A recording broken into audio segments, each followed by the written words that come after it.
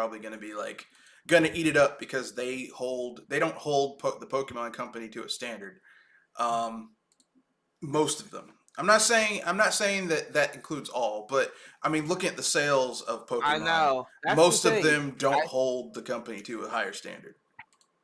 That's the thing. If the critics are able to say that that's going downhill, and well, call it out to the normal people, that's a sign that the tide's changing and something has to be done. I mean, I wish it was true, but I said that's at least a sign.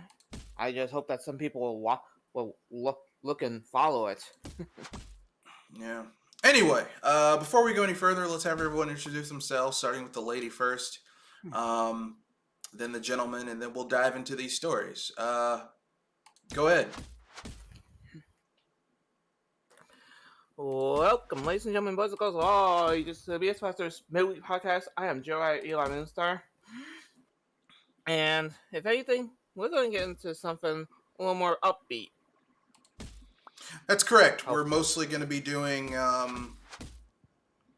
We're talking gaming this cast, so nothing too fanciful or out there. Kanoshi, go ahead and introduce yourself. Kanoshi Abominito, here to say that, just be glad to be on another BS Busters. And we're glad to have you. And of course, it's the always here, Mr. Red Fox. Let's dive into these stories. So we have quite a few stories. I will screen share them. I hope you guys are watching this. So basically, we're going to be talking about upcoming games that people just are kind of like, yeah, I hope this comes out and I hope it's a thing.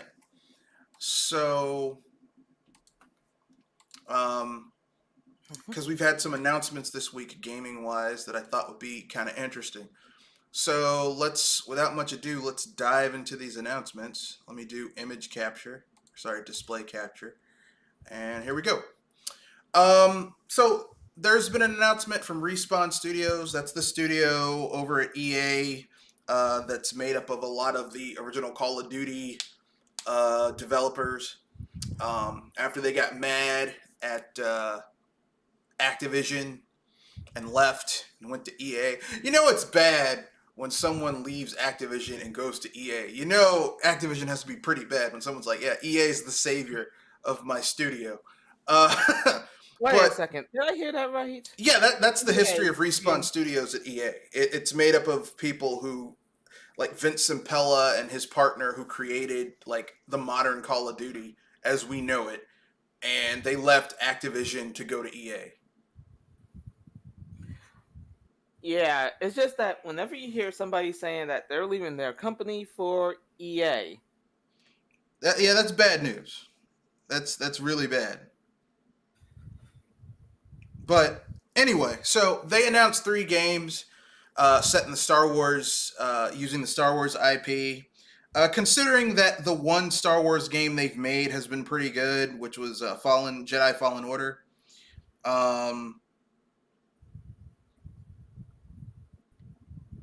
So conceivably, these next games could also be equally as good. So using screen share, I'll just read the article. EA has announced that 3 new Star Wars games are on the way from Respawn Entertainment, including the sequel to Star Wars Jedi Fallen Order. The other 2 titles are a first-person shooter directed by Peter Hirschman, who has a long history of involvement with Star Wars titles of varying quality, and a strategy game to be developed by a newly formed studio, Bit Reactor, and overseen by Respawn. Working with Lucasfilm Games on a new FPS in the Star Wars galaxy is a dream come true for me, as this is a story I've always wanted to tell, said Peter Hirschman, game director at Respawn. Peter previously worked as VP of development at LucasArts and was executive producer on the original Star Wars Battlefront games. Hirschman and the team at Respawn have just begun work on the title. We are huge fans of Star Wars here at Respawn, and we're thrilled to work with Lucasfilm Games on new titles that we have wanted to make for years, said Zampella. If you want to make great Star Wars games, you should come join us on our journey.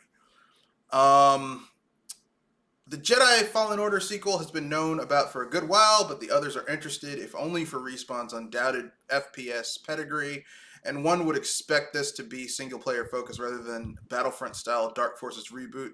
Anyone? That's all in parentheses. Bit Reactor is formed of a load of Firaxis vets. Greg Forsch, formerly art director on XCOM 2, among other things, said last week they're into really blurring the line between what a strategy game is and what an action game is. Interestingly enough, these titles are on top of another game reported to be in development at Respawn, a single-player focused FPS title with a high emphasis on mobility.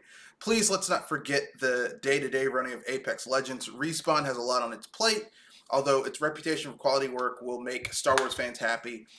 They're involved or at least overseeing these games' production. I'm not going to continue reading it because it's just a little bit where they're just talking about how... Well, actually, this is kind of funny. Alternately, if your reaction to the news is a giant sigh of resignation, then fair enough. We're not exactly short on Star Wars stuff, and you wonder how long Disney can sustain this absurd output with all the magic dissipating. Apparently, there's still enough Star Wars fans out there nuzzling at the green milk teat, however, so the day may well be far, far away. Yes, that's like that scene from Last Jedi with Luke drinking milk directly from the space walrus teat. Oh God! Did you have to remind me of 8? Yeah, that was pretty bad. But what are you guys' thoughts on this? Do you think this could be a good thing, bad thing? I'm mixed. On one hand, well, EA. On the other hand, I'm glad that the guy is getting a job,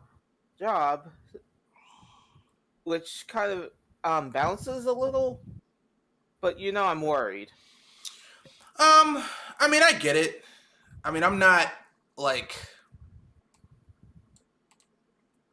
I get it. I'm not anti, it is EA, but EA games-wise, as far as Star Wars games-wise, after the debacle of Star Wars Battlefront 2, and they lost the exclusivity license, they started making better games, which proves that the Star Wars license should never be exclusive to any one studio.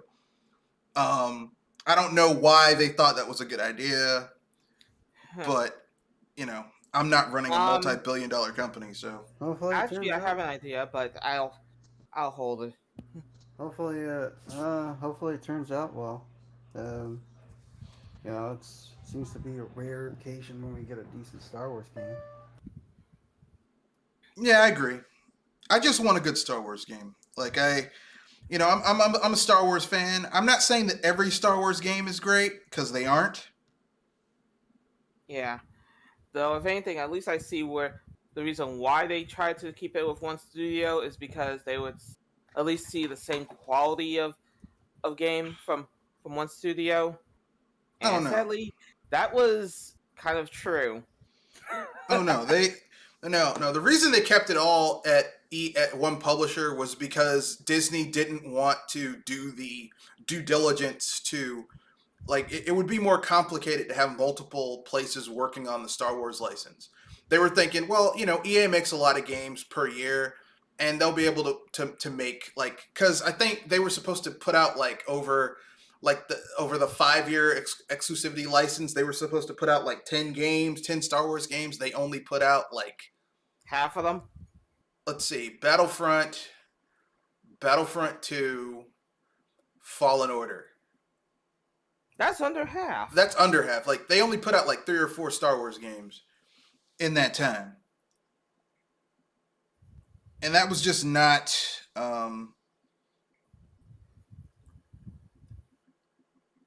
it wasn't good. Let me put it that way. I get what you're saying. I was just saying that if they put under half, at least they could say I did half the work. No, because that takes effort. And EA and effort don't go well together, you know what I'm saying? I could make a comment, but I'll keep it. Yeah. But, so you guys have any other thoughts about it before we move on to the next topic?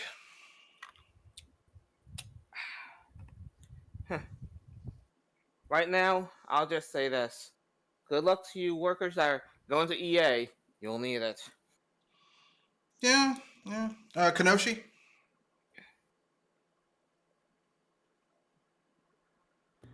No, I'm good. All right. Okay. Next topic. These are just some joke games that people came up with for using the Star Wars license. So Wait, what kind of games are we getting? they're joke games. They're joke games that EA could also make. So one is Star Wars Cantina Manager. Imagine yourself running a bar, but in the Star Wars universe. I thought would be kind of a funny aside. Yeah, especially when you know what happens in the bars. Well, the same thing that happens in bars and fantasy stories. They're shady, they're grimy. You can pick up missions. Because Star Wars, like everyone keeps on saying, Star Wars is science fiction. It isn't. Star Wars is science fantasy. It's more like the Jedi and the Sith are space wizards. Like the planets, you could consider the Star Wars galaxy to be one giant super planet, and the different you could call you could downgrade the whole thing. The different planets that they go to could be different parts of that one super planet. You'd be like, yeah, we're going to the forest of Endor. We're going to the desert of Tatooine. Like Star Wars is so much just more of a fantasy than it is a traditional science Sci-fi fiction. game? Yeah, it's not really science fiction. At least I can agree with you there. Though, if anything, I was gonna say that if anything, I always know the bars are full of shady people. There's always missions going on, and somebody's gonna do something stupid to start a fight. Yeah, but that's every fantasy trope ever. Like if you're playing D&D, or even like more like the techno magic fantasy cyberpunk-esque type tabletop RPGs like Shadowrun, if you go to a club, something's gonna jump off. You can't ever just go to a club and just dance.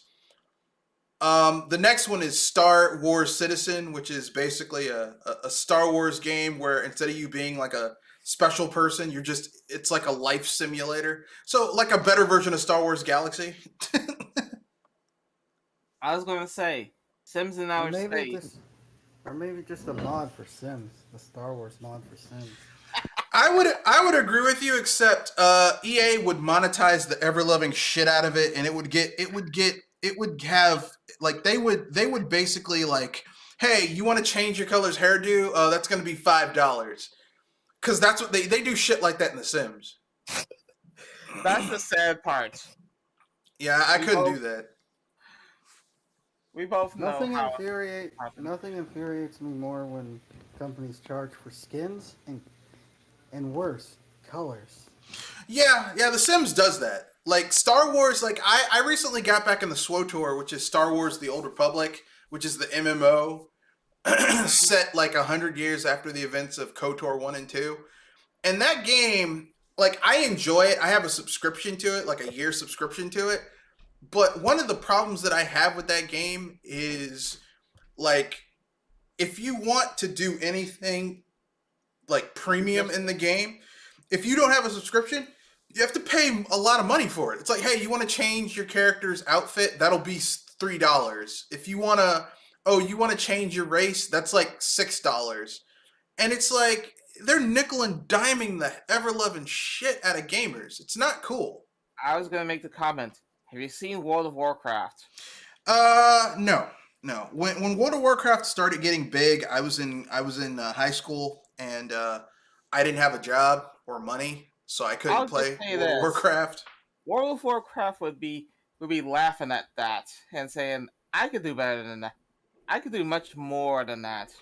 Well, I always thought the assumption with I always assumed in World of Warcraft that basically in order for you to do cosmetic stuff, you got a certain amount of like tokens just for being a subscription holder, and then you could use those. But once those were gone, then you could spend real money to get that stuff. But it was like just by you being a subscription owner, there was a certain amount of stuff that was open to you because you were paying $15 a month, regardless of what was going on. Sadly, that bar was removed. Okay, so it used to be there. It's not there anymore. Okay, I was wondering because I'm pretty sure it used to be that. But like I said, I haven't. They allow you to change your race. They allow you to change your race for money. Your alliance for money. Your job for money. They even let you pay to buy subscription tokens for money. Yeah, but I mean, like, I'm pretty sure it used to be like that. Like, just you pay the subscription, you get all these bennies, but it's probably changed. Like I said, I haven't played. I've never really played World of Warcraft. I've seen people play it. I never saw the point. I was like, I couldn't like I said, when it first came out, I was in high school and I didn't have money, and it's not like I could go to my parents and say, hey, could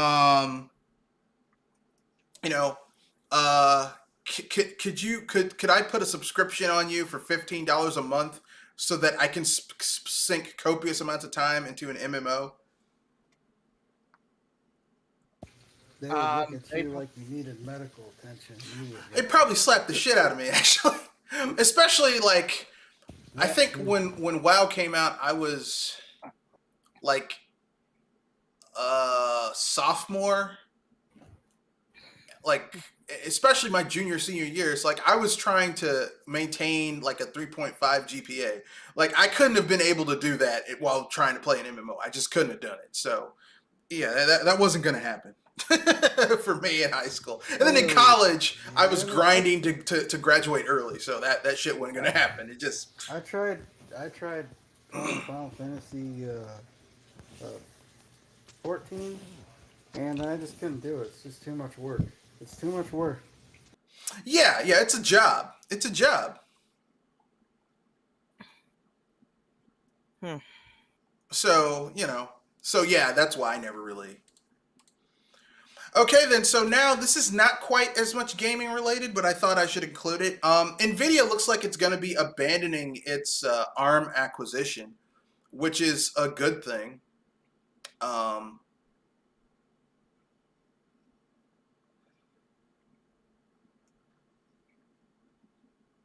So I'll read this and then you guys can give your thoughts.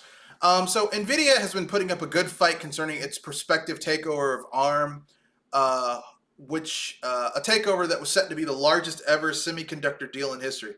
After a ton of backlash, including inquisitions from the UK, China, and US government, and a great deal of head shaking from concerned parties such as Qualcomm, Microsoft, and Intel, sources now suggest the deal could be all but dead in the water. In its place, SoftBank is said to likely to move toward a public offering as an alternative to the Nvidia acquisition. So what's the difference between Nvidia buying ARM and Microsoft buying Activision Blizzard? Because Microsoft buying Activision Blizzard is a vertical acquisition. Like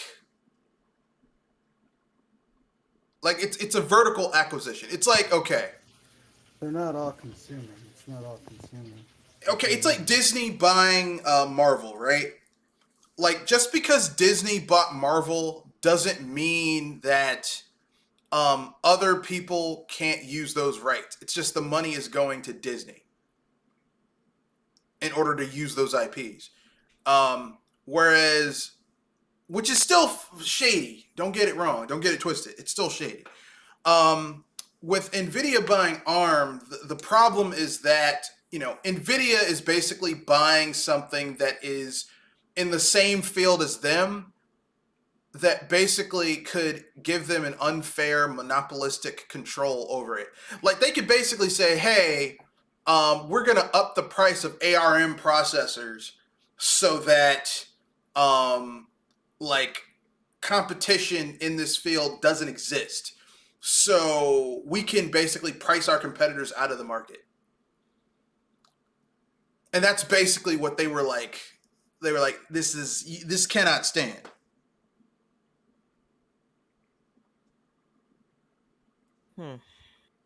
But basically, you wonder why the image I use would make sense.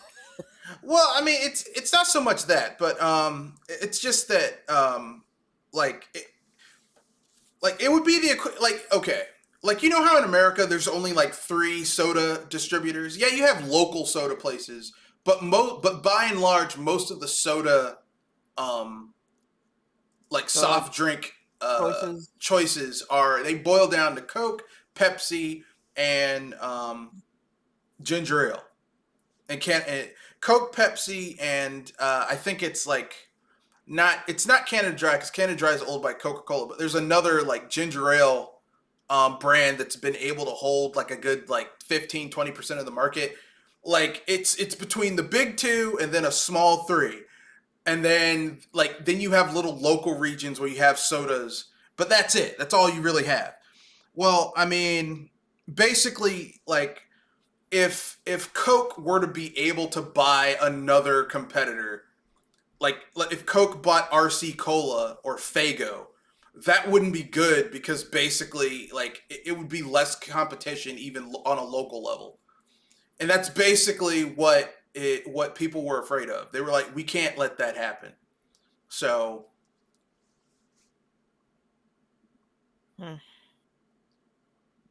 yeah, I already had a feeling that would happen in a sense, but yeah. I mean, it's not good. I mean, and even with everyone's like, well, Microsoft buying Activision, that's not good either. Like, you shouldn't have like, it's not cool when like, it's not good that one of the big 3 is buying like a massive third party publisher / developer. That's not good. You know, I saw a thing today where someone said, well, what's Sony's answer to this? Not a damn thing. Sony was trying to flex their muscles when they bought Insomniac, and it was a joke. They were like, what a joke. They were like when we were how much do they spend on Insomniac? I can look it up. I can look up how much did Sony spend to buy Insomniac? It was likely in the billions. It may have been in the billions, but okay, let me put it this way. Compare it to the amount of money. Okay, they spent 229. No, it wasn't in the billions. They spent $229 million. Okay. Ooh. That's it. Yeah, that's it. Microsoft is like, that's just grocery money. That's nothing. That's money they throw. That's money that they use to wipe their behinds. They're like, oh, we're out of toilet paper. $229 million. That's wiping their ass money for Microsoft. That's like, oh no, I got to start a fire and I'm out of logs. $229 million. Like, you know, my point is this, okay? Like, someone are saying, like, some Sony fans, because they don't understand business, are like, yeah, this means that Sony. It's like, look, Sony does not have the money to be buying. Like, some people are like, well, they could buy EA. They don't have the money to buy EA.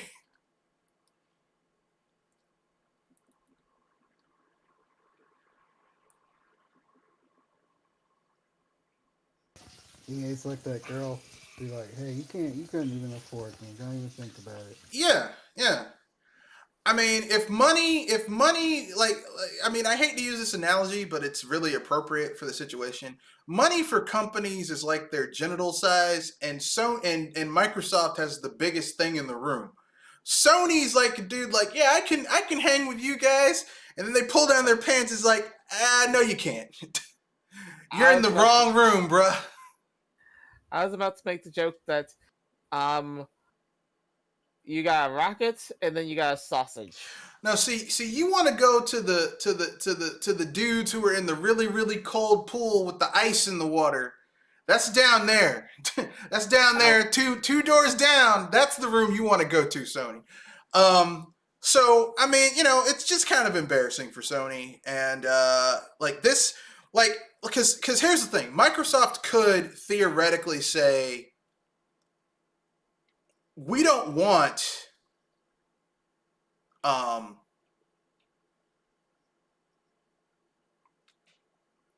we don't want your BS in our, like, we don't want, like, you know, they could easily say, hey, if you want to play Call of Duty, you have to own an Xbox or have Game Pass. They could do that. And because, you know, they will potentially own Activision, they can do that because it's theirs. You know, it's like the Sony fanboys getting mad about Starfield being an Xbox and PC exclusive. And I'm like, it's a first-party studio. They can do that.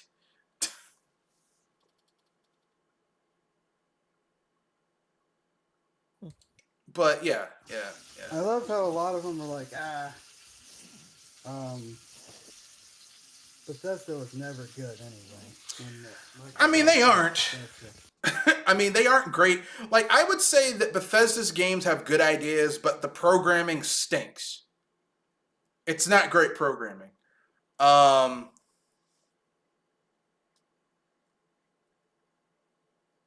Is what I would say. But that's neither here nor there. So yeah, it looks like the Nvidia deal is dead in the water. I don't think it's going to be resurrected, which is a good thing because you shouldn't have tech companies buying up like infrastructure type stuff like that. It's just not good. But anyway, let's keep it moving. Got some the 10 best standalone JRPGs. I told you we were talking about games. The 10 best JRPGs. So these are the 10 best standalone JRPGs. Now, I saw this list earlier. Some of these games are not JRPGs in the classical sense, so I'm just saying that right now. Number 11, Rogue Galaxy. It's a level 5 game made for the PS2 in 2005. I've already told you guys that this game is really good. It basically feels like everything they learned from making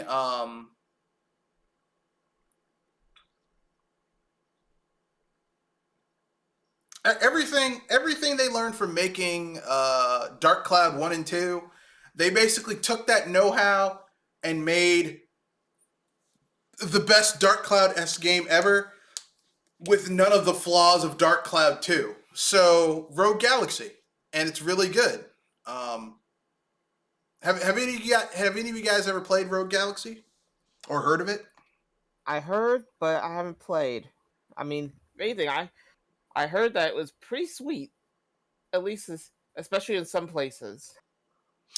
Yeah, the only downside of the game, just as someone who's played it multiple times, is that at the end of the game, you have to, like the final boss of the game, you have to essentially defeat, like, you have to play as different members of your party, and if you haven't been playing as those characters, it's like you have to change up completely how you play. So it's kind of messed up, but if you get past that, it's okay. Eternal Sonata. This game was developed by Crescendo for the PS3 and Xbox 360 in 2008. Eternal Sonata is unique in that it takes place in a fictional dream world seen by composer Frédéric Chopin while on his deathbed. The dream world is inspired by Chopin's life and music, with some of his compositions included in the soundtrack. All the characters who join Chopin's party are named after different musical terms as well. I remember this game coming out, and I remember wanting to get into it, but then, like, reviews at the time said that you could beat it in, like, 15 hours. And I was like, that's too damn short for a JRPG that's $60.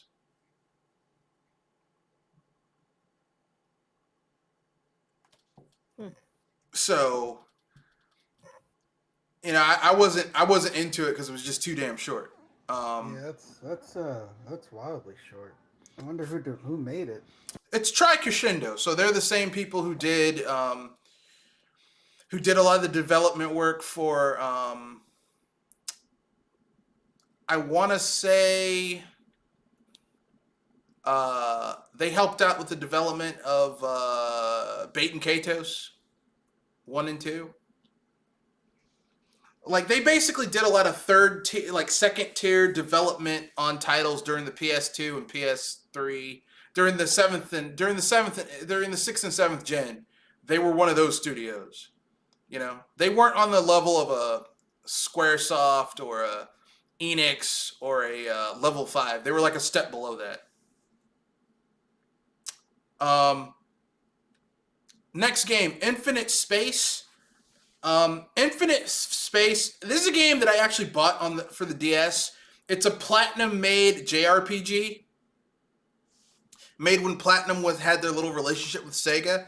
And it's a JRPG. It's a sci-fi JRPG. Some people said that this was the successor to Skies of Arcadia. It is not.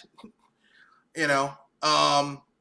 But it is kind of cool in that you're basically traveling around in space, recruiting people, buying ships, blowing shit up. It's, like if you ever thought, hey, what would be a nice take on Star Trek, but without the budget? Infinite Space. It didn't have great sales, which is kind of sucks, but I liked it. I liked it a lot.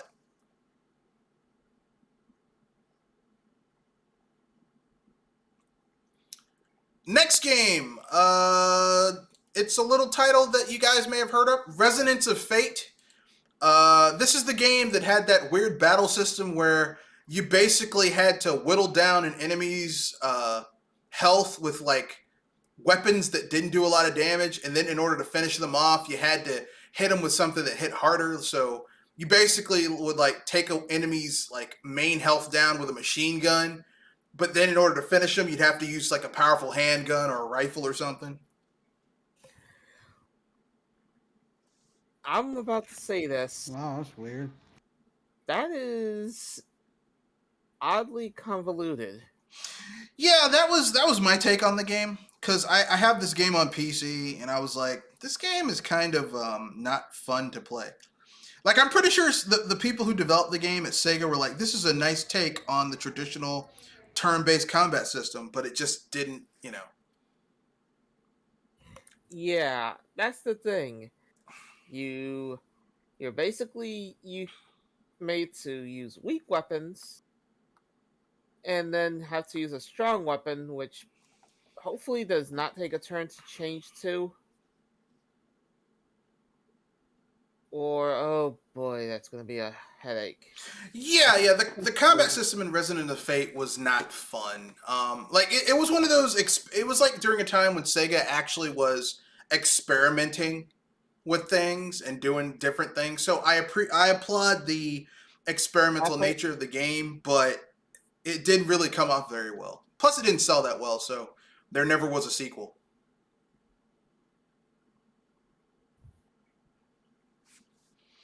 The next game, Folklore. It's a 2007 PlayStation 3 exclusive action RPG developed by Game Republic Incorporated and based on Irish mythology. Players take on the role of one of two protagonists with different playstyles who are exploring the netherworld for different reasons. Both have the ability to absorb creatures they've defeated to use the powers for themselves. I remember seeing this game on sale at PlayStation on PSN back in the day, and I remember like always looking at it and being like, this game looks like shit. And plus, I wasn't really into Irish mythology, so I was like, I don't really, I'll take their word for it that it was a good game. Yeah, I think that was one of the games. I think that was one of the games that got memed to oblivion during the 7th gen. It could have. I don't know, but I just remember seeing it and being like, this does not look fun. And I've played some bad games in my life, okay? I've played some games where I'm almost ashamed to admit that I played the game. But this game is particularly kind of like, I'm glad I missed that one. Number 6 is a game that I really shouldn't have to introduce, but I'll talk about it anyway. The Last Story. Oh boy. Yeah, it's the last console Hironobu Sakaguchi game, which is kind of sad. Um, I remember wanting to play this game, but like it was one of those GameStop exclusive games at the time, and I just like they never had it in stock when I went there, and when they did, it was too expensive. Did he die or something? No, he just stopped making games on console. Hironobu Sakaguchi's not dead. Oh, Didn't you hear that he recently he leveled up a character to the max level in Final Fantasy 14 in like I want to say like 2 or 3 weeks, jeez. and then he opened up a store in game where he's selling clothes made by his character in Final Fantasy 14. I mean, that's meta for your ass. A guy who created the franchise that your MMO is based on is playing your game and created a second career in your game. I mean, Hironobu Sakaguchi's cool as hell. I'll give him That's props. crazy. I Give the mean, guy- you know, Give the guy his credit. He actually knows how to do it. I mean, I will say this: like, you never hear about Nintendo execs doing some cool shit like that, but Hironobu Sakaguchi doing some shit like that, I'm like, you know what? That's cool as fuck. I'm not gonna Yeah. lie, that is He cool must as have a lot fuck. of- He must have a lot of FU money to be able to just sit and do that. I mean, I don't know if he has FU money, but I mean, I'm pretty sure he's doing okay because he's Hironobu Sakaguchi. I'm pretty sure he's kept some of his stocks in Square Enix, and I'm pretty sure he's getting dividends because I mean, he did create arguably one of the most important, if not the most important, but one of the most important RPG franchises of all time. So, I mean, I'm pretty sure he's fine. So he figured out how to still make money off of Final Fantasy. Well, I don't know if he's making money. I think he's just doing it for fun, or maybe he's trolling. I don't know, but I just think that's really cool. That's all I'm saying. Next we have Legend of Dragoon. Now Oh, I know this one too well. I have never played this game. I've seen people play it. I remember back in the day when they were always trying to like push it, and they were like, "Yeah, man." It's a PlayStation 1 exclusive. I don't think it's ever been re-released. Or maybe it has digitally, but not like it's never been remastered or anything. And I was wondering like why it didn't sell that well. It came out towards the end of the PlayStation's life cycle. So, and there was such a huge glut of JRPGs on the PlayStation that it probably got lost in the shuffle. But I heard it's really good. I've never played it. Anyone here ever played Legend of Dragoon? Me. How is it? It's a fun game, though. If you're bad with the Paper Mario or Mario Legend of the Seven Stars, you're gonna have a real headache with this game. Yeah, I heard some of the little mini games you have to do in order to attack enemies got to be a little bit too much. They would destroy your controller. That's what I heard. They were pretty close, especially when they do those surprise mother effer. You have to defend yourself while you're doing your combo. Yeah, stuff like that. Yeah. Like Legend of Dragoon, I always heard it was really good, but I never played it. Like I remember reading game magazines at the time where they would talk about Legend of Dragoon, and all my friends who had PlayStations were like, "Got to play Legend of Dragoon." I'm like, I don't have a PlayStation, and I'm not going to buy one because I was still on that. I remember when JRPGs were the SNES was the JRPG house system, and then we lost all our JRPGs into the 5th gen, and they went to PlayStation. And out of spite, I'm not going to buy a PlayStation, and so I never got it. That's the thing. Because of my ignorant ass, I'll readily admit ignorance on my part. Because apparently it's a good game, but I was ignorant. Maybe I was going. Hey, it's your line, not mine. But I was going to say that if anything, I did buy both. I did have both the 64 and the PlayStation. Since if anything, both of them were pretty interesting to me. Yeah, I understand that. I'm just simply. I mean, I'm calling it ignorant because that's what it is. If you cut yourself off from a great experience because of you're angry about like a business decision, That is ignorant. No, that's pride. No, that's ignorance. Pride is you go to a restaurant because they do something disrespectful to you, and you say, "I'm never going back there again. They're not going to get my money." That's pride. You sitting there saying, "Hey, something that doesn't even really affect you, really," Mhm. and you say, "I'm not going to do it." It's like, "Hey, That works. my favorite anime, the company that used to publish it lost the rights and it went to another company, and so I'm going to stop reading it because it went to the other company." That's stupid.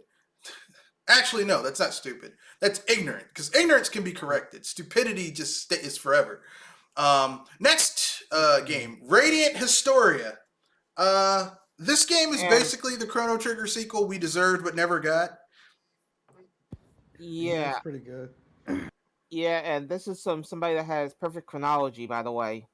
Yeah, I have both of them as well, but I prefer the first game. The perfect chronology is a little too, like they added some stuff, and I'm like, this is what you added. Y'all could have done better than this, but whatever.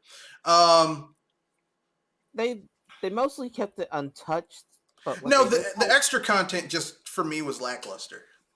Like yeah, that's all I'm yeah, saying. that's how I was going to say that what they did add, it didn't, it was like adding a cherry on top of a already good treat. I wouldn't even go that far. It was the equivalent of someone saying, "Hey, here's a pizza. It's a supreme pizza. It's got pepperoni, sausage, uh, red bell peppers, onions, you know, uh, uh, parmesan, mozzarella." It's like, okay, that's the original rating Historia, and then like, oh, you're stuffed. You can't eat another bite. Okay, here is a personal pan pizza that's three topping pepperoni, sausage, and mushroom. It's like I'm stuffed. I can't eat anymore. And why would you bring a personal pan? I didn't ask. Oh God, this is too much, and it adds nothing to the overall meal. That's kind of the problem with the extra stuff they added. It's kind of like this is nice. I could have thought of like three other things they could have added to make it more interesting than what they added, but whatever. It's a good game. I like it. But next game is another game that people really like, Lost Odyssey. Another Hironobu Sakaguchi good one. I think it's only on the Xbox. Like it's never been ported over to PC. So if you want to play it, you got to have an Xbox. Luckily, I now have an Xbox, and I'll probably get a copy of Lost Odyssey on the cheap, like a used copy, and play it with my backwards compatibility option. Because I'm not paying like exorbitant sums of money to download that game. But yeah, Lost Odyssey. It's made by Hironobu Sakaguchi. It basically felt like,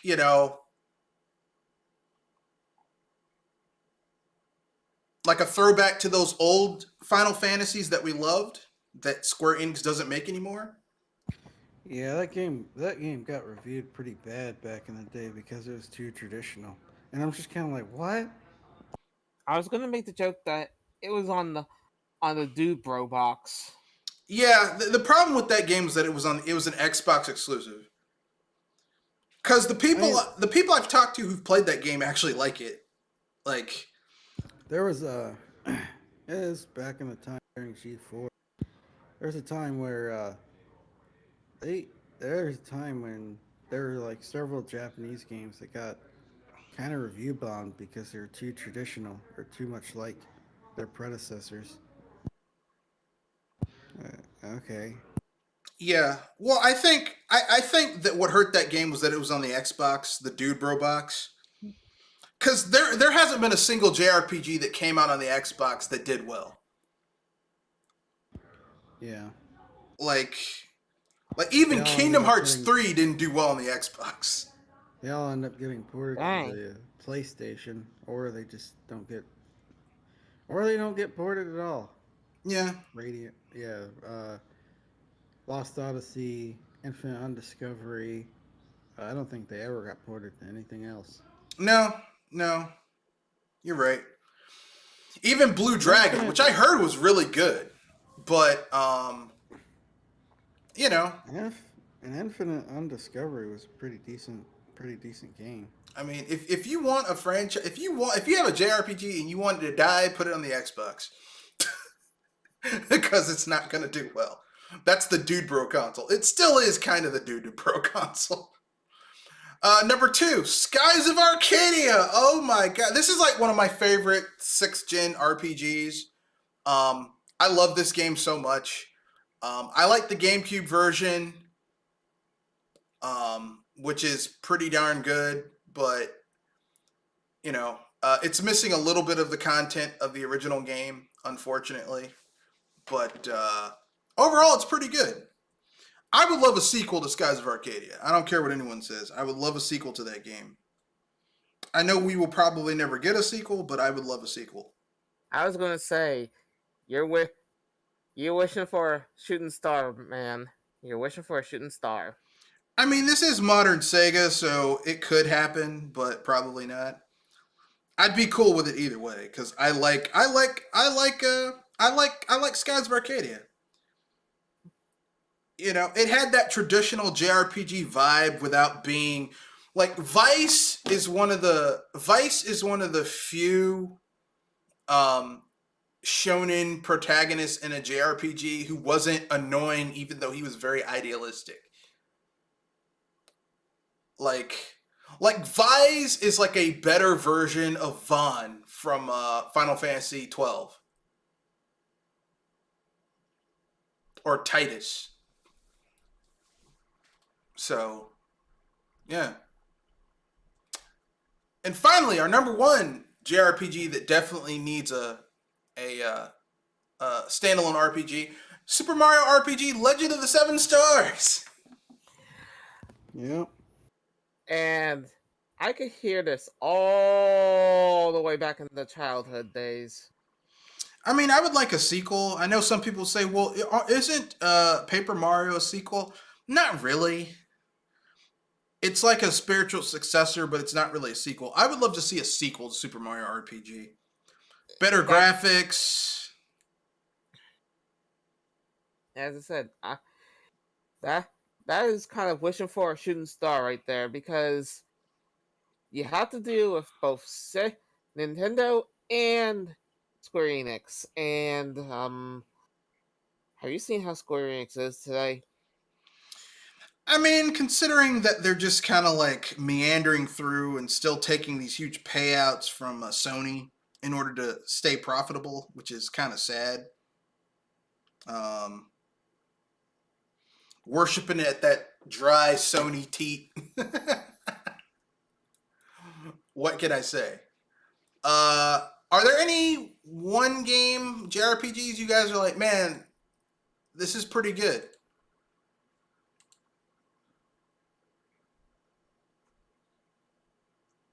Anyone?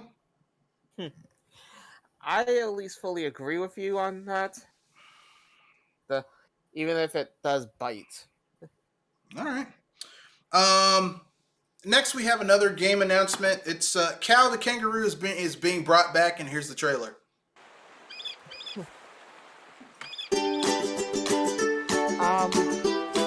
Question: Who the moon axed, and was this in the middle of the mascot wars? I mean, they're bringing back an old 3D mascot. Like, when I saw it, I'm like, who asked for Cow the Kangaroo? But considering we don't really have a lot of mascot platformers anymore, I'm okay seeing them bring back Cow the Kangaroo. I always thought Cow the Kangaroo was kind of like he was like a poor man's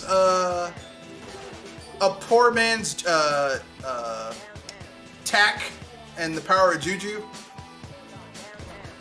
Oh. I mean, he wasn't on the level of a Mario or even a Sonic. He was like a poor man's tack and the power of Juju. That's how I was having a feeling that this is one of those obscure mascot platformers, which if you think about it, those things were a dime a dozen, but knowing that this is one of those 3D ones, I think that's even rarer. I think. I mean, we had a lot of them back in the day. I was thinking back in the SNES days. No, the 3D platformers. We had a lot of 3D platformers during the 5th and 6th gen. Then towards the end of the 6th gen into the 7th gen, everything reverted over to first-person shooters and open-world games. But sadly. Do you guys want to do the 10 best PS2 console exclusive RPGs, or should we move on to 10 JRPG series that deserve a revival?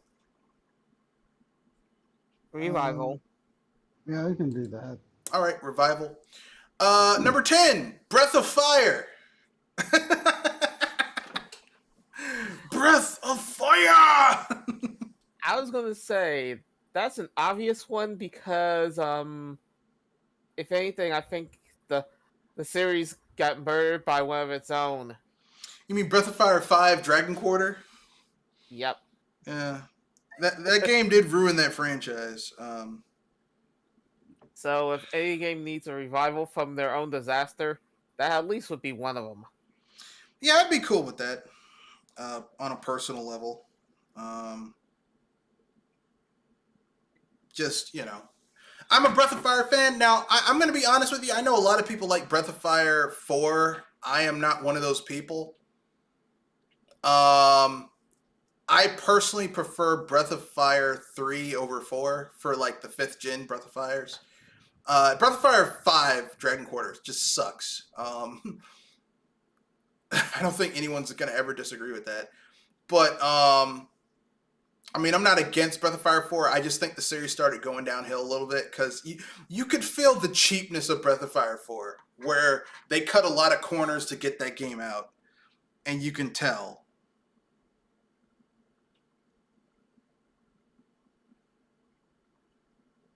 And, I don't personally like cut corners with video games. That's my own little personal thing.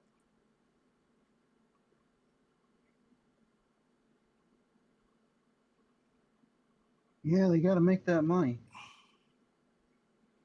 They're going to try to rip you off to make it. I mean, I'm not against it. I'm just like, I just don't want to, I just don't personally want to play a game that, the first two Breath of Fires. It you right off the bat with how it plays, right? What, Breath of Fire 4? No. I'll tell you how. 5. No, 5? I mean, 5 felt like they were trying to do something different, and it just didn't work. But, to me, I felt the series started going downhill with 4 because you could feel how they cut corners in order to get it out. Like the other 3 Breath of Fire games, you basically start the game with a massive open world to explore. You're going from place to place, solving little mysteries, building up your party, typical JRPG shit. Then Breath of Fire 4, you're basically moving on a map.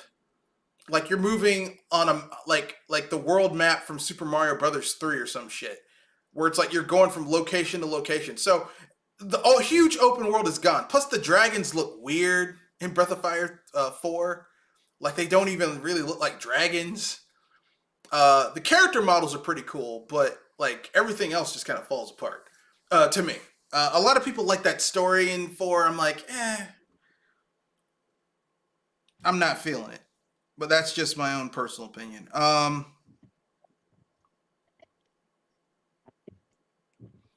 Next game, Luffy.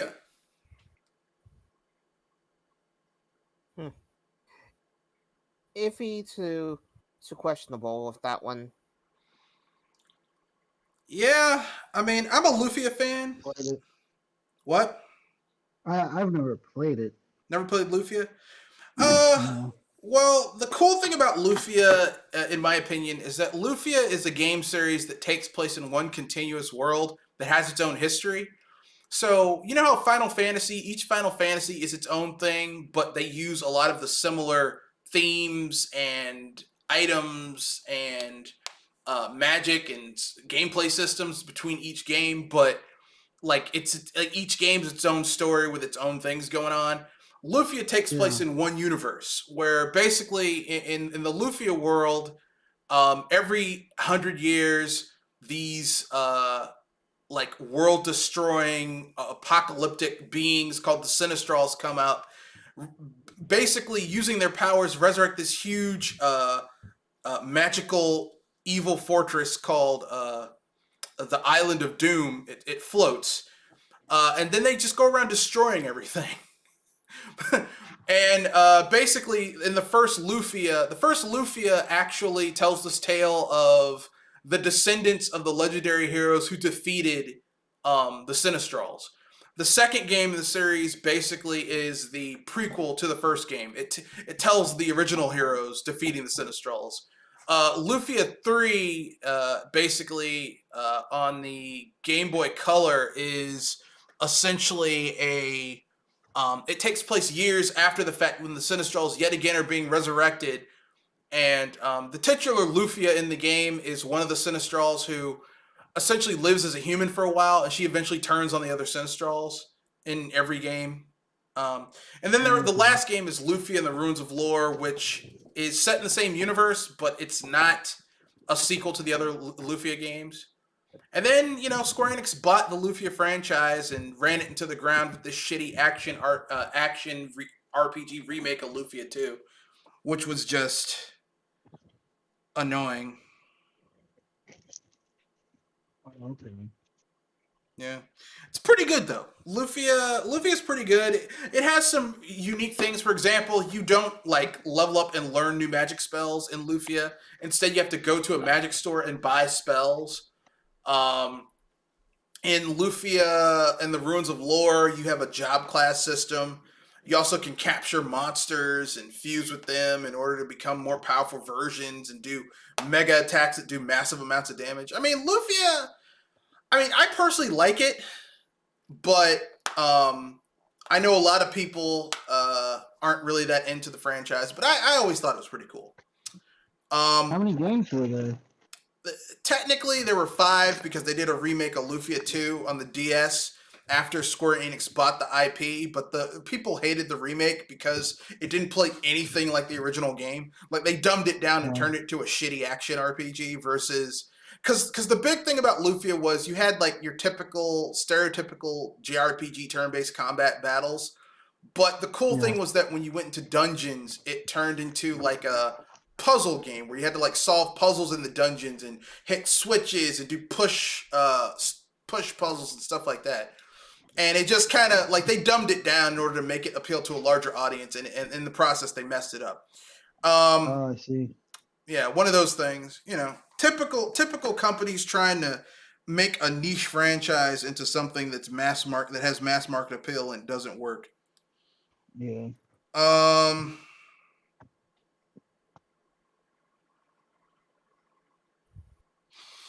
Next game, Monster Rancher. Agreed to no end. And if I remember right, they stopped at 4. Here's something you might not know about me. I remember playing the first 2 Monster Ranchers, but I really wasn't that into the first 2 Monster Ranchers. The ones I was into were the ones on handheld, and also Monster Rancher, the card game on the Game Boy Color. I actually like Monster Rancher, the card game, more than I like Monster Rancher, the mainline games. Or the Pokemon game, the Pokemon card game. I never actually knew about the Monster Rancher card game, so you got me there. Yeah, I liked it better than the Pokemon trading card game. I know, shocking. Very funny, but if anything, I never knew about it. So if anything, I never knew it existed. But if anything, I played the other, and I'll just say this: it's magic with creatures being the priority instead of yourself. Here's what I'll say. I will say that my problem with my issue with Monster Rancher is it takes a long time for your for your ranch to really get started up. You're gonna have to do at least 2 or 3 generations of monsters before you get your ranch powered up enough and your monsters, because by the time you get your monsters, your Yeah. initial first 2 generation of monsters trained up enough to where they can actually win tournaments, they're old and you have to retire them or breed them and or turn them into a trainer. So it's like it takes a good 2 or 3 generations in game for you to really start to get to the point where you can actually do something. It would be like the equivalent of playing a Pokemon game where you basically had to go through multiple generation. Like, let's say you had to breed your own team over time. So like the first 6 Pokemon you catch, but then after that you're catching Pokemon just to breed them, and subsequent generations of Pokemon that you raise are the ones you're going to use to fight in the gyms and make it to the Elite Four. It's like, this is really hard to get into. Yeah, I was gonna say that would be a slow burning grind, because you have to increase your stats and try to find the best ones to get to where you want to. Yeah. Now fortunately for me, when I played the game, I would basically like go. This is when the internet was still was coming in, and you could go on the internet and find like codes you could put in to give you super monsters early on in the game, which I would use. But even then, like, your super monsters could only get you so far, because if your monster ranch level wasn't to a certain level, the super monsters wouldn't listen to you while you were fighting. So it's just one of those things where it's just like, okay. Yeah, super monsters that'll get you wins quicker, but will likely give you the middle finger in the middle of a fight. Yeah, they just wouldn't listen to you. Next we have Dot Hack. I know a lot of people like this game. I remember watching the anime and I was like, this is cool, but the actual gameplay, I was like, It's complex. I mean, It's a video game about a video game. Yeah, it's meta as F. I mean, my problem with Dot Hack was just that it was just kind of like you start playing it and you don't know what's going on, and the enemies look weird, and I'm just like, I don't get this. This is I don't know.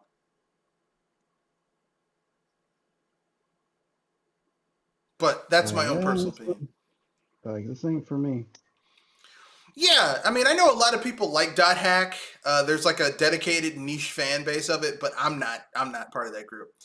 Number 6, Baton Katos. Oh. Yeah, well, I have nothing to say about this except I would love a new Baton Katos.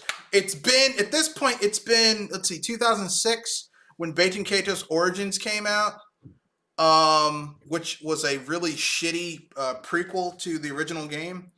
Baton Katos is one of my favorite JRPGs of the 6th gen.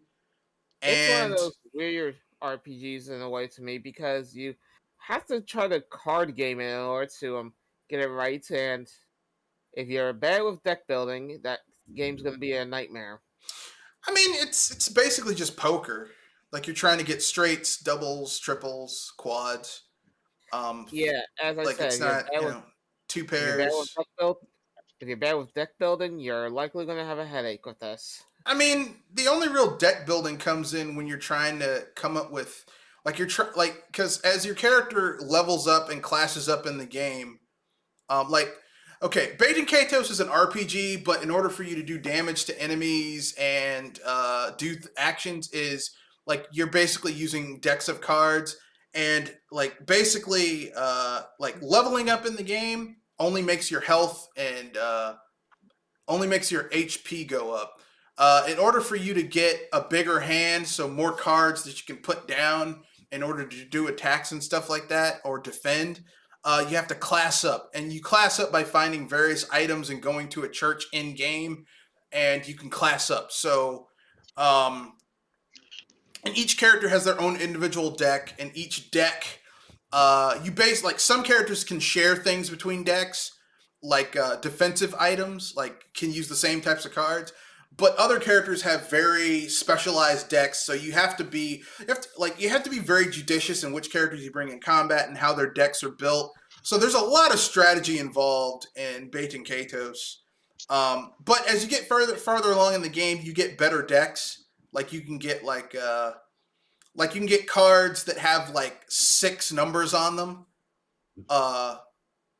instead of just 2 or 1. So you can get a lot of versatility. But I mean, it's a game. Bait and Katos is one of the few JRPGs where I would tell someone, if you're gonna play it, get a walkthrough or get the strategy guide, because there's a lot of stuff in the game. It's one of those guide games, right? Well, if you're gonna really enjoy the game, you're gonna need a guide. Read the guide. You need the guide. Yeah. So that's not for everyone. I know some people don't want to play an RPG and have to read the guide. But this is one of them. That's probably one of those games I'm gonna say. I have to say they have to be nuts if you have to have a guide in order to know what you're getting into. I mean, like for me, I like grindy guide-based games like this. Plus it has a combat system that's different than just pressing a button and attacking over and over again. So that's why I like the original Bait and Katos.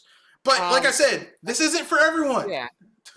Yeah, I get you. And and I was gonna say that I get the battle style. At least I could do that. But if you need a guide to figure out what's going on a little bit, then that probably will deter a lot of people more than the battle system. I mean, the guide is useful for figuring out how to make money, because you don't really get a lot of money in Bait and Katos for defeat. As a matter of fact, you don't get any money for defeating enemies. For defeating enemies, occasionally you'll get cards. But really, where you make your money in Bait and Katos is by taking pictures of monsters. But here's the thing.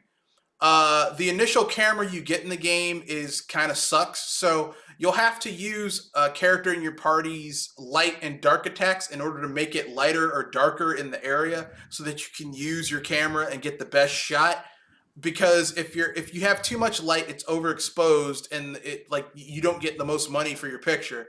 If there's not enough light, it's too dark and you don't get enough money for your picture. Now later on in the game, you get access to, you can buy better cameras, which basically lets you take better pictures without having to have the best light available. But that's how you make money in Bait and Katos. You would not know that. Like either you figure that out by talking to a lot of people, which most people like. Bait and Katos is not the type of RPG where you can just run around just plowing through it, because you're not going to have a great gaming experience, which is why I said if you're going to play the game, you probably need to get the guide or just be really patient and talk to all the NPCs. But like I said, a lot of gamers don't have that type of patience and they don't want to do that. They just want to dive into it and start playing. So it's not for everyone, but I like it. So I'd like to see it brought back. Number 5, Mother. Or if you're wondering, this is known as the Earthbound series in the US. Yeah, they call it, Mother is the series, but in America, we only know Earthbound because that's the only one that's come to the West. So, Earthbound. I'd like to see a sequel to the original Earthbound. I've played Mother 3. I don't think it's very good. I know a lot of people like it, but I'm not one of those people. Why is it called Mother? I have no idea. I personally would have preferred them just calling the whole series the Earthbound trilogy. I don't know if is that like a translation error or. I think that's what it's called in Japan. Oh. Like they call something different. They call shit different stuff in different countries. Yeah. Like Fist of the North Star here in America is called Hokuto no Ken in Japan. Yeah. So it's just one of those things. Number 4, Dark Cloud. I would like to see Dark Cloud brought back, but it's probably not going to happen. Number 3 is Chrono Trigger. Oh. Yeah, I'd like to see a sequel to Chrono Trigger.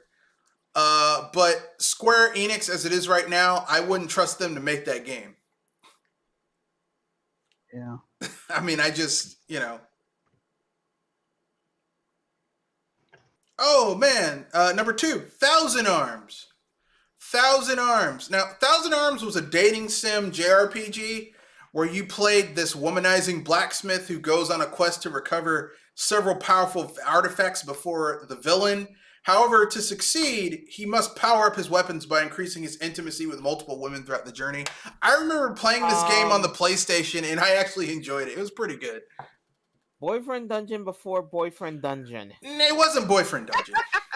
It wasn't like having played Boyfriend Dungeon. It had nothing to do with Boyfriend Dungeon. I just had to make the joke that this was boyfriend dungeon before it happened out here.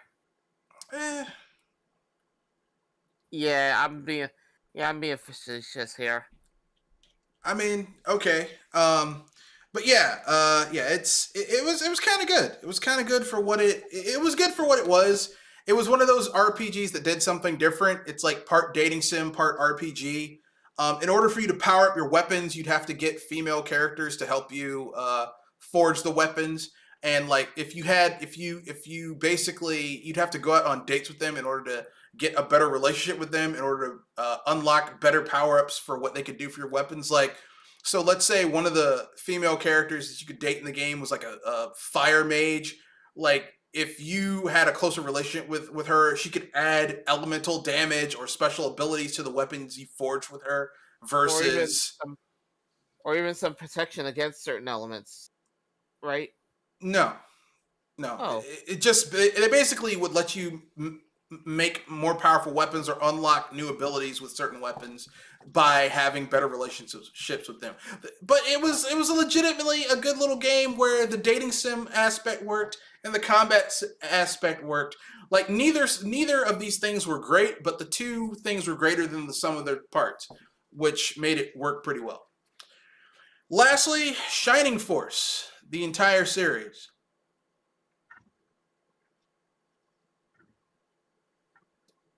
So, anyone here agree, disagree? What? How are those games anyway? Who, Shining Force? Yeah. I mean, they're pretty good.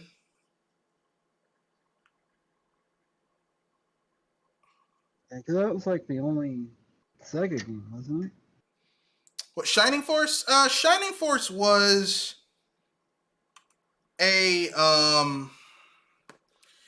Shining Force was made by Camelot Software, who you now know as the people who made the the Mario Golf, Mario Tennis series, the Mario sports games on Game Boy, like the handheld versions. But before that, they were they made like Shining Force for the Sega Genesis. Oh, okay. So yeah, I mean, I'm not a huge Shining Force fan. I think Shining Force was basically like a more anime-ish Fire Emblem. Yeah. Like that's it.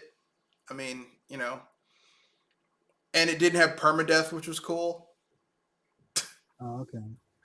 It was like Fire Emblem, but with no permadeath. So if you like that, then Fire Emblem, then Shining Force is for you. I'm one of those people. I know this is blasphemy for the Shining Force fans. I actually like the Shining Force spin-offs that are more like Diablo clones than the original Shining Force Yeah. games. I know, blasphemy. How dare I? We got one more game topic and then unpopular opinion, and then we'll wrap things up because we're almost at the end of the cast. Crytek has announced that they're bringing back Crysis, and here's a teaser trailer.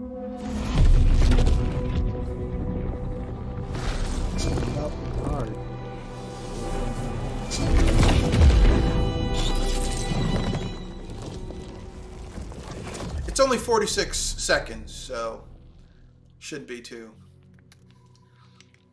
You know, of course, this game's probably going to be a graphical tour de force with lots of particle physics and cool stuff going on, because that's what Crysis is known for. So, Crysis 4. This teaser reel was made in CryEngine, because look at those little physics, all those little particles and junk. I'll probably have RTX, so that'll, you know, if you want to play the game at its height at its greatest, you're probably going to. I mean, at its greatest, you're probably going to need something better than a 3090 Ti. That's for sure. I would go even further. I would say you're probably not going to have a graphics card that can play this game the way it needs to be played. It hasn't been released yet. You're gonna have to wait about 2 years, and even then, you'll only be able to hit medium specs. I'm okay with that. So yeah, I just thought that would be a cool little thing to look at. So with that being said, let's get to the last part of this topic and then wrap things up. The last part of the cast. So we've covered everything I wanted to cover. Anything you guys want to bring up before we get to unpopular opinions and then wrap things up? I thought we were going to go with something like what's coming up that we might be looking forward to 2022 or this quarter 2022. That's right. We could do that. So, what are you guys looking forward to? Q1. You pull up this year. Sorry, this year. Oh, I was gonna ask if you could pull up the game list because I can't remember everything that's coming out. No, just anything that you're looking forward to that's coming out this year. Like, for example, I'm looking forward to Destroy All Humans 2, the remaster. Yeah. And that said, I'm looking forward to a remaster more than new games this year. Yeah, I guess that's just kind of where we're at. For me, I'm at least looking forward to several games to at least see how they turn out. Kirby being one of them. Triangle Strategy is another. And one that I think nobody has on their radar yet, or I'm not sure if they do, Rise of the Third Power. And before you ask, that's the name of the title, not some wild speech. Rise of the what? Rise of the Third Power. I don't know. I don't even know what that is. That doesn't even. That sounds like a made up game, but it probably isn't. But it sounds like it. It's coming. It's coming this February. All right. I'm looking forward to that Gestalt game or whatever it's called. Gestalt. That game looks pretty good. The game with the red-headed chick in SteamWorld Punk World. You mean our Gestalt of Steam and Ash? Yeah, Gestalt of Steam and Ash. Yeah. Hey, we look that up because I have that wish list on my Steam list. Gestalt of Steam. Oh, sorry, Steam and Cinder. Yeah. It's supposed to release sometime this year, and it looks awesome. This looks like the best 16-bit game that never came out during the 16-bit era. Yeah. Yeah. You know, and it's got that beautiful cell shaded look that I love. I mean, that's what made me not really like Metroid Dread was that art style. I was like, I don't like this art style at all. Yeah, should have went for cell shaded. Should have went for yeah. Should have been a $40 game. I should have went for a cell shaded art style. Yeah, but unfortunately, you know, we can't have what we want all the time. Yeah, I'm looking forward to this game. I'll do a screen share so people know what it looks like. Because for those of you who don't know, this game looks gorgeous. Turning into Oprah. Your line, not mine. Isn't it amazing? It sounds like some shit Oprah would say.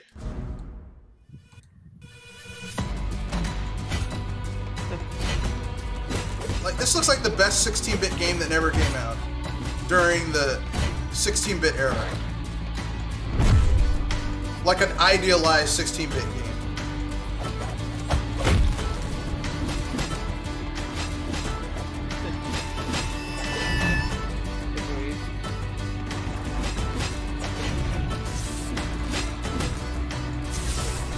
Yeah, I'm looking forward to this game.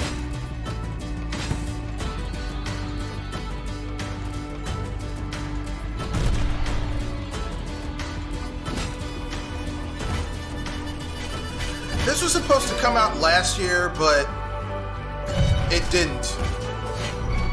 Probably due to COVID. I wouldn't be surprised. Always messing things up.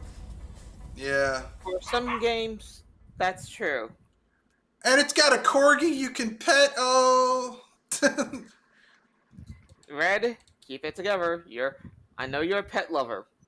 This game is looking forward to it. Looking forward to it. This and this game and Destroy All Humans 2. Looking forward to it.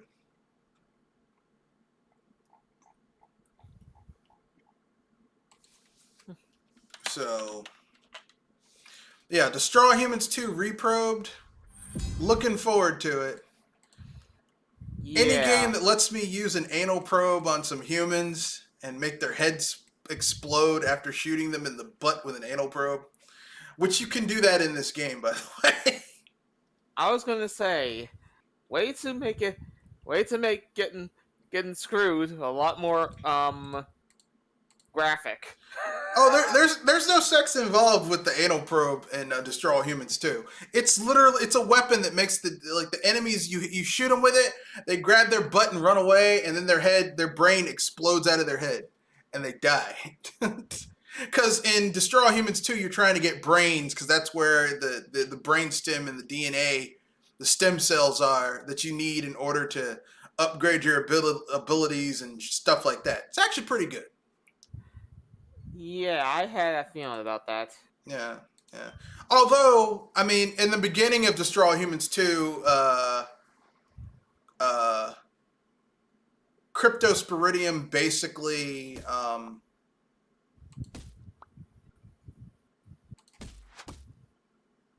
uses his he basically his alternate identity is basically the identity of a Kennedy-esque president. So Enough said. you know, there is a lot of sex involved with Crypto, because he finally, as a Furian, he finally gets his Equipment. he finally gets his equipment. That's the big thing in the game, is that he's like they've cloned themselves so much that they can no longer reproduce. So they basically come to Earth to get their old stuff back so they can finally reproduce. That's funny. Yeah, it's kind of interesting. I mean, it's not a great joke, but it's interesting for what it is. It works. Yeah. Right. I mean, it's just interesting for what it is. It's like, oh, okay. So this is essentially a sex joke, but actually kind of funny. So I give it props for that. Huh. Anyway, that's just my opinion. So, anything you guys want to bring up before we move on to unpopular opinion? I think with what I said, we probably did enough to reach unpopular opinions now. All right, go ahead. And unpopular opinion to me makes me. I'll just say this: reviewers are mainstream reviewers are always a weird group to work with. Like you know that they have the power to influence the people, but you hate them at the same time when they don't know what they're talking about. But that's like most reviewers, really. Most of them don't know what the hell they're talking about. They're just running their mouths half the time. Go along with that. Review scores should not. I wouldn't be sad if review scores went away. I agree. That's a catch-22 to me. I agree. I think that review score should go away, and instead there should just be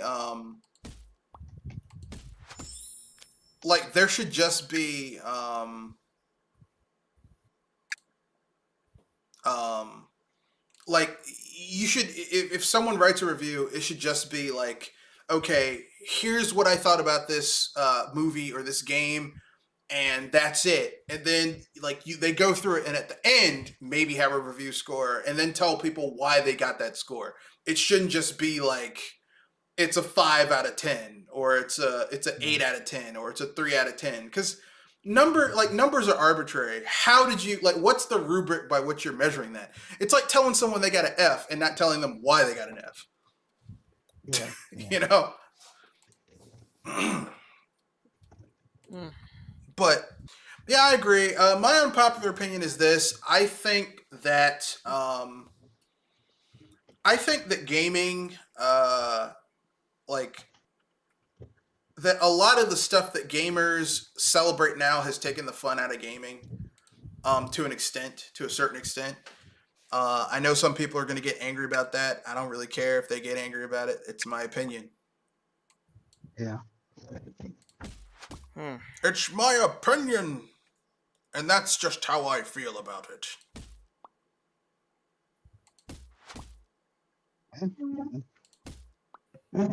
Yeah, like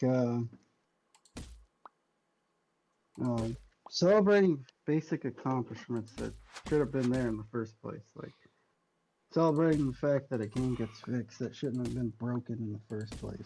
Yeah.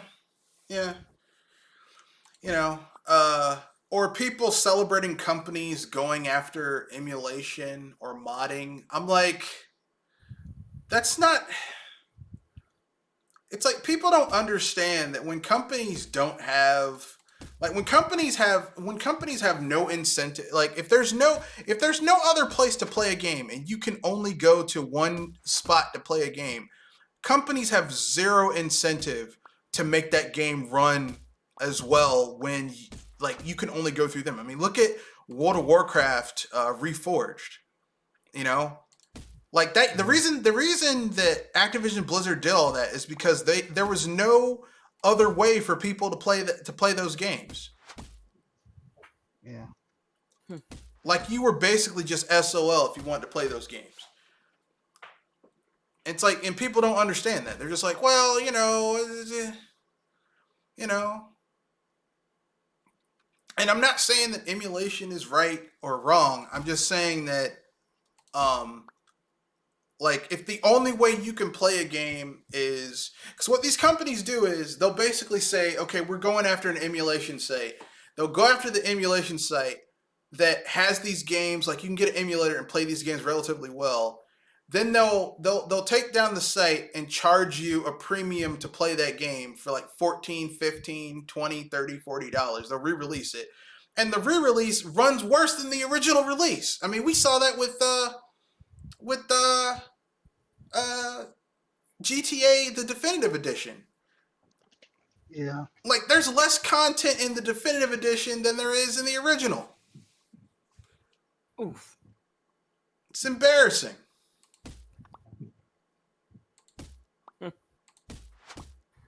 As I Sad said, state of affairs. oof. And if you bring that up, people get mad. They're like, well,